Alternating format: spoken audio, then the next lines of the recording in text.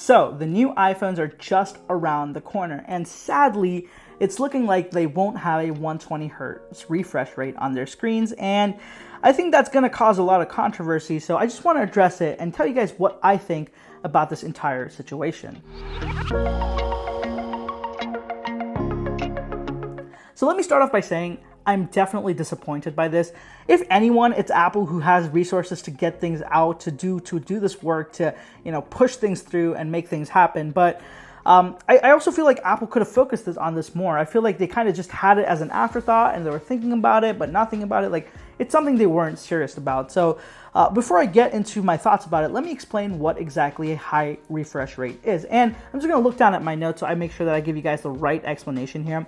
So a refresh rate is how many times your screen or your display can refresh itself within a second. The higher the refresh rate, the more accurate and smooth your display will feel. Refresh rates come into play mostly when you're gaming or when you're doing something on the screen that involves a lot of input from you and a lot of movement on the display as well. A constant movement of objects is when these super high refresh rates really start to make things feel super smooth. For the longest time though, most consumer-grade electronics like iPads, computers, laptops, phones have all had 60 hertz refresh rates, but it has been a commonplace in the gaming industry for much higher refresh rates like 120, 144, I've even seen above 200 in some cases. And these refresh rates are very helpful for gaming, for aspects where there's a lot of input from you and a lot of movement on the screen as well, because that makes the entire experience just feel so much smoother. So, just in summary, these high refresh rate has mostly been something that gamers look for when they're buying things, when they're buying monitors, when they're buying displays.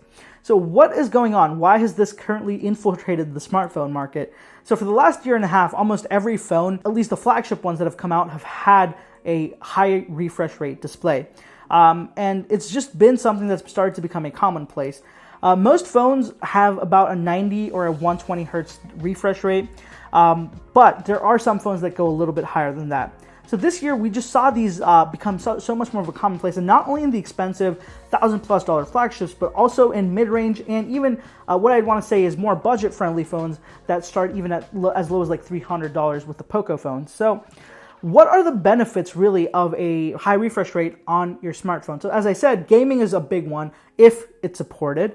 And there's just better scrolling as well. So when you're scrolling, there's a lot of interaction from you on the display and movement on the screen. So that's one of the real times where you'll see 90, 60, and 120 feel like they're different levels of smoothness. So with those two advantages in mind, what are the drawbacks? Because there are drawbacks. So number one is it's a little bit more expensive to implement.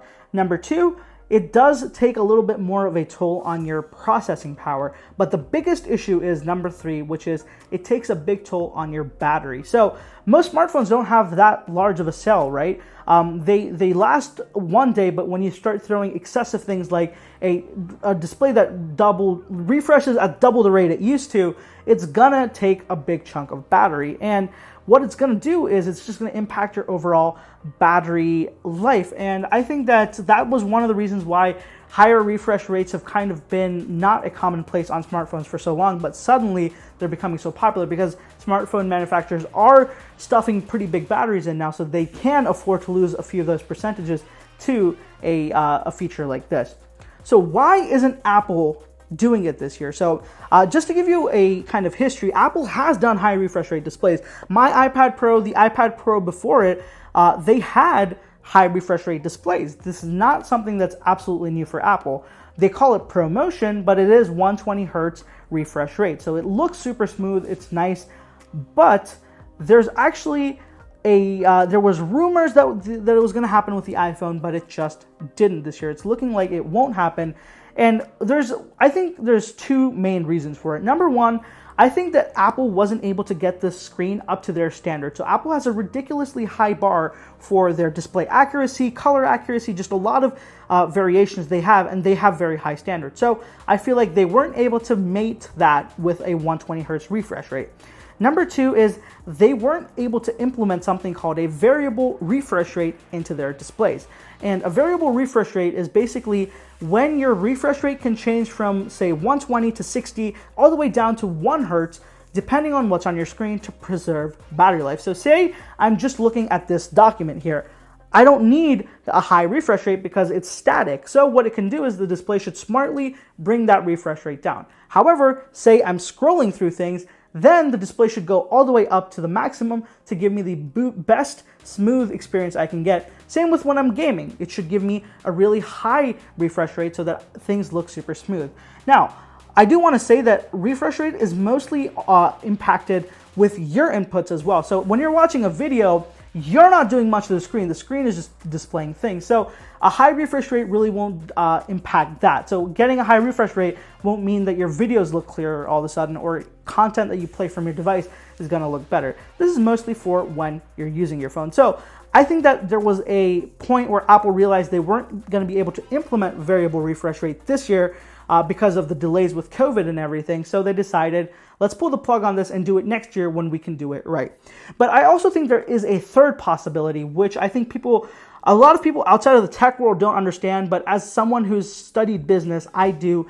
And that is that suppliers also have to be on board, right? Apple is a major company. They make millions of units, so they need millions of displays to get to their factory to make these phones. And realistically, creating a display to their standard, to their quality measures is hard enough as it is, but then throw in all the mix of COVID with all the factory shutdowns for months, with the delays in development.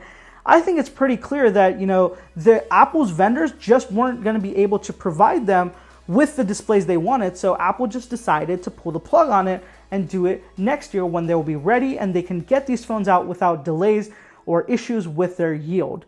So that's, I think, the three reasons why this might not be happening. But what's the outrage for, right? Why are people going to be freaking out about this? And I think the reality is because the competition is doing it, so Apple is going to be falling behind the competition, and nobody likes it when you pay for things, but you can get more value out of something else. So with iPhones being, I think, one of the only flagships now that won't have a higher refresh rate display, it's going to be something that's going to stick out like a sore thumb when you look at it on paper.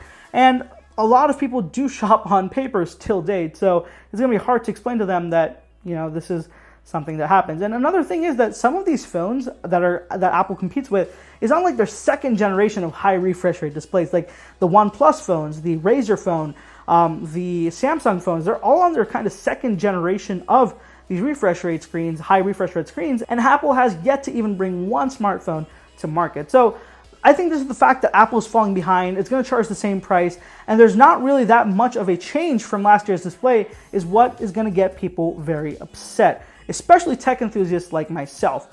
So the question is, will the outrage be justified? The answer is yes and no. Yes, because the high price warrants a better screen. There's no denying that. Like, we should be getting more for our money. And of course, Apple needs to step up their pace here, right?